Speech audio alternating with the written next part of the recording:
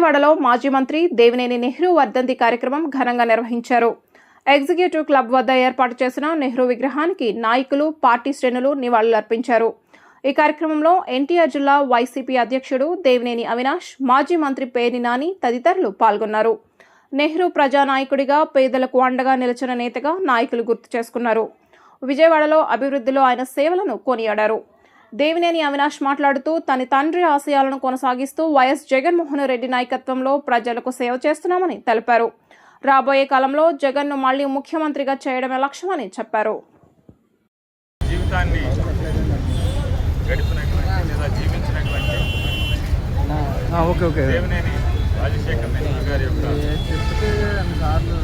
వర్ధంతి సందర్భంగా ఆయన్ని స్మరించుకుంటూ ఈరోజు ఆయనకి ఘనమైన నివాళులు అర్పిస్తూ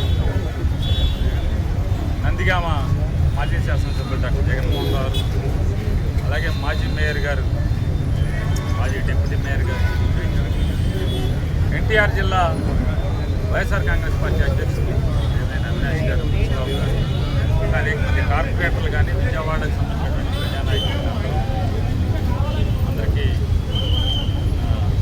అభినందనలు తెలియజేస్తున్నాను. మంచి మనిషి లేదా మనీయుడిని, ప్రజానాయకుడిని స్మరించుకునే దానికి ఇక్కడ కూడినందుకు 1983లో తన ప్రజా జీవితాన్ని ప్రారంభించి 5 సార్లు అంటే 25 సంవత్సరాలు సుదీర్ఘకాలం జనం మధ్య జీవించినటువంటి నెహ్రూ గారిని ఒకసారి మనం మననం చేసుకుంటే విజయవాడ నగరంలో ప్రత్యేకించి ఈ మాచవరం, కొణదల, ఈ విజయవాడ అవుట్స్కట్స్లో పాత రోజుల్లో ఉన్నటువంటి అవుట్స్కట్స్ వాళ్ళ నగరం మధ్యలోకి వచ్చింది. పాత రోజుల్లో 83లో ఉన్నటువంటి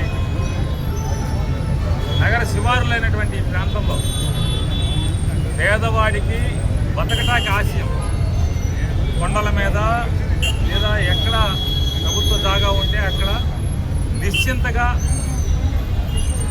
తాటాకు పాకల లేదా ప్లాస్టిక్ షీట్ల, 4 రేకుల ఏది కనపడితే అది తలదాచుకుంటాకి, కుటుంబాన్ని పోషించడానికి, ఒక స్థిర నివాసం ఏర్పరచుకోవడానికి అండగా ఉన్నటువంటి నెహ్రూ గారి జీవితాన్ని చూసి కేవలం వాళ్ళు బతకటానికి, ఇల్లు కట్టుకుంటాకి, ఆశ్రయం పొందటాకే కాదు, వాళ్ళకి సౌకర్యాలు కల్పించడం, వాళ్ళకి రోడ్లు వేయటమా, వీధి దీపాలు సౌకర్యం అందించడమా, ఇంట్లోకి కరెంటు సౌకర్యం అందించడమా, లేదా తాగుతాకి ఉక్కి నీళ్ళు అందించడమా, ఇలాంటి ఏది చూసుకున్నా కూడా కేవలం ఆశ్రయం ఉండేదానికే కాకుండా వాళ్ళు జీవించడానికి, అంటే మిగతా మనుషులతో, విజయవాడ నగరంలో మిగతా మనుషులతో పాటు సమానంగా జీవించడానికి అన్ని బాధ్యతలు తీసుకుని ఆయన ఏర్పాటు చేసిన పరిస్థితులు చూస్తే, అంటే పేదవాళ్ళ పట్ల ఆయనకున్నటువంటి మమకారం, పేదవాడి పట్ల తప్పించే హృదయం మనకు కనపడుతుంది.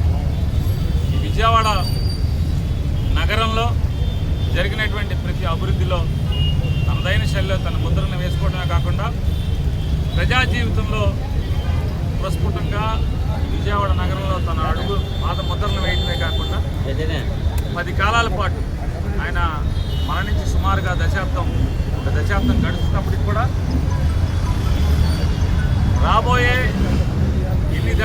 మరొక 5-10 దశాబ్దాల పాటు విజయవాడ రాజకీయ పుటల్లో, చరిత్రలో దేవినేని నెహ్రూ గారికి అంటూ తనకంటూ కొన్ని పేజీలు బలమైన ముద్ర వేసుకుని రాజకీయ ప్రజల్లో బతికినటువంటి ప్రజానాయకుడిగా నెహ్రూ గారిని మననం చేసుకోవచ్చు. 1900 అంటే భిన్న ధృవాలుగా ఉన్నటువంటి నా తండ్రికి కానీ నాకు కానీ 1996 నుంచి ఆయన కాంగ్రెస్ పార్టీలోకి వచ్చిన దగ్గర నుంచి ఏర్పడినటువంటి మా స్నేహం, మా పరిచయం కుటుంబ బంధంగా మారి స్నేహంగా మరి ఇన్నాళ్ళు కూడా ఆయన మరణించే వరకు కూడా ఆయన అదే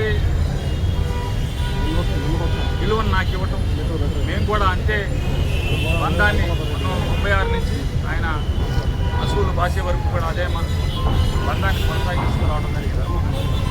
మనుషుల్ని ప్రేమించడంలో అప్పట్లో నాలాంటి కుర్రోళ్ళని ప్రేమించడం, ప్రోత్సహించడం, 10 మంది దగ్గర నాలాంటి వాళ్ళని నాయకుడిగా తీర్చిదిద్దడానికి ఆయన చేసినటువంటి ప్రయత్నాలు కానీ మాట సాయం కానీ ఎప్పటికీ వ్యక్తిగతంగా నేను మరవలేను.